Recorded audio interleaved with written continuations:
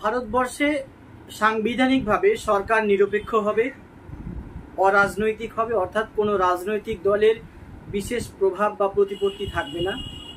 জনগণের কল্যাণ সরকারের প্রধান কাজ, এ কথাটা ঠিক। কিন্তু আমরা সরকারের মধ্যে সবসময় দেখতে পাই রাজনৈতিক দলের প্রভাব, অর্থাৎ যখন যে সরকারে যেই রাজনৈতিক দল ক্ষমতায় থাকে তারা তাদের নীতি আদর্শের প্রতিফলন ঘটায় সরকারের মধ্যে। তাহলে আমরা যাদেরকে সরকারের বসার জন্য নির্বাচিত করছি সেই রাজনৈতিক দলের প্রভাব থাকছে, এটা জেনে নিয়েই আমরা ভোট দিচ্ছি। আপনারা জানেন সম্প্রতি পাসপোর্ট আইন বদল করেছে কেন্দ্রীয় সরকার। এ নিয়ে অনেক আলাপ আলোচনা হয়েছে, বিতর্ক হয়েছে। এই বিতর্কের বাইরে গিয়ে একটি খুশির উদযাপন আমরা করতে পারি। আপনারা জানেন আজ থেকে প্রায় 20 বছর আগে ভারতীয় পার্লামেন্টে পাশ হয়েছিল তথ্য জানার অধিকার আইন, অর্থাৎ right two information act 2005। Congress আমলে যে সমস্ত আইন জনগণের কল্যাণের জন্য পাশ হয়েছিল তার মধ্যে এটি অন্যতম।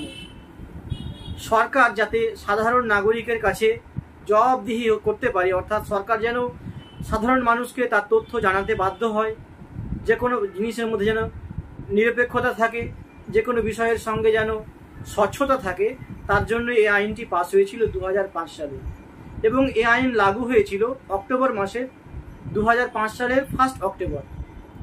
আজ আমরা প্রায় 20 বছর উদযাপন করছি তথ্য জানার অধিকার আইনের। এই আইন পাশ হওয়ার ক্ষেত্রে অনেক সংগঠনের অবদান রয়েছে। তার মধ্যে অন্যতম রাজস্থানের একটি বিশেষ সংগঠন, তার নাম মজদুর কিষাণ শক্তি সংগঠন, অর্থাৎ MKSS। 1990-এর দশকে এই সংগঠনটি ব্যাপক আন্দোলন গড়ে তোলে এবং গ্রামে গ্রামে শহরে শহরে তারা প্রচার শুরু করে। তার ফলে দেশের বেশ কয়েকটি রাজ্যে এ নিয়ে বিশেষ আলাপ আলোচনা শুরু হয়। তারপর 2002 সালে একটি আইন পাশ হয়েছিল যার নাম the freedom of information act 2002। এই আইন পাশ হওয়ার পর আরও আলাপ আলোচনা চলতে থাকে। অবশেষে 2005 সালে পাশ হয় তথ্য জানার অধিকার আইন 2005। এ আইনে বিশেষ কিছু সুবিধা রয়েছে যার মাধ্যমে একজন নাগরিক সরকারের কাজকর্ম সম্পর্কে সঠিক তথ্য জানতে পারে, কিভাবে একটি উন্নয়নমূলক প্রকল্প হাতে নেওয়া হলো, কিভাবে তার ইমপ্লিমেন্টেশন হচ্ছে, অর্থাৎ সরকারি সুবিধা কারা কারা পাচ্ছেন, কিভাবে নেওয়া হয়েছে, সমস্ত তথ্য এই আইনে পাওয়া যায়। সরকারের কোনো নথি, সরকারের কোনো রেকর্ড, সমীক্ষা, রিপোর্ট, প্রেস রিলিজ ইত্যাদি মানুষ সহজেই পেতে পারে। এর জন্য নির্দিষ্ট পদ্ধতি আছে। প্রায় 32টি বা 31টি ধারা আছে এই আইনে। এ ধারায় বা এই সেকশনে বিস্তারিত আলোচনা হয়েছে। আজকে এই বিষয়টা আলোচনার মুখ্য বিষয় নয়।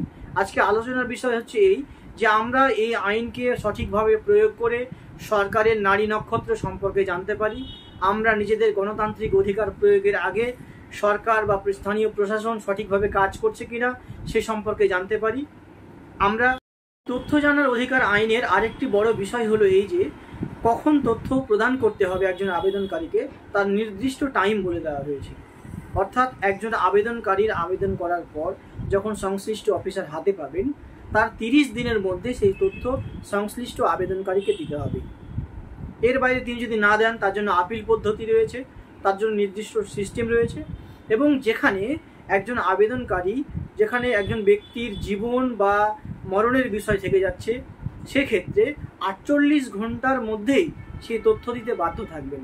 তথ্য যদি সংশ্লিষ্ট ব্যক্তিকে প্রোভাইড করা না হয়, অর্থাৎ তথ্য প্রদান না করেন সংশ্লিষ্ট অফিসার, তার জন্য ন্যূনতম 250 থেকে শুরু করে 25,000 টাকা পর্যন্ত সেই অফিসারের জরিমানা হতে পারে।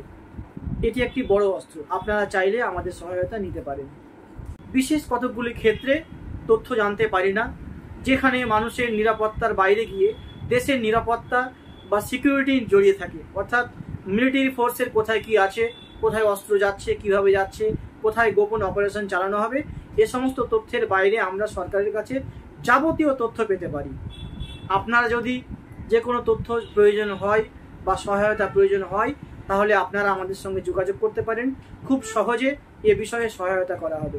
আরেকটি বিষয়, আপনারা জানেন তথ্য জানার অধিকার আইন অত্যন্ত সহজ সরল হলেও এক শ্রেণীর আমলা বা অফিসার আইনের ফাঁক গলিয়ে এমনভাবে আচরণ করছেন যাতে মানুষকে তথ্য না দেওয়া হয়।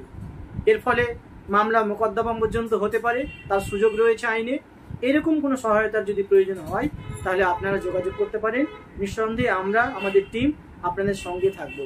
নমস্কার।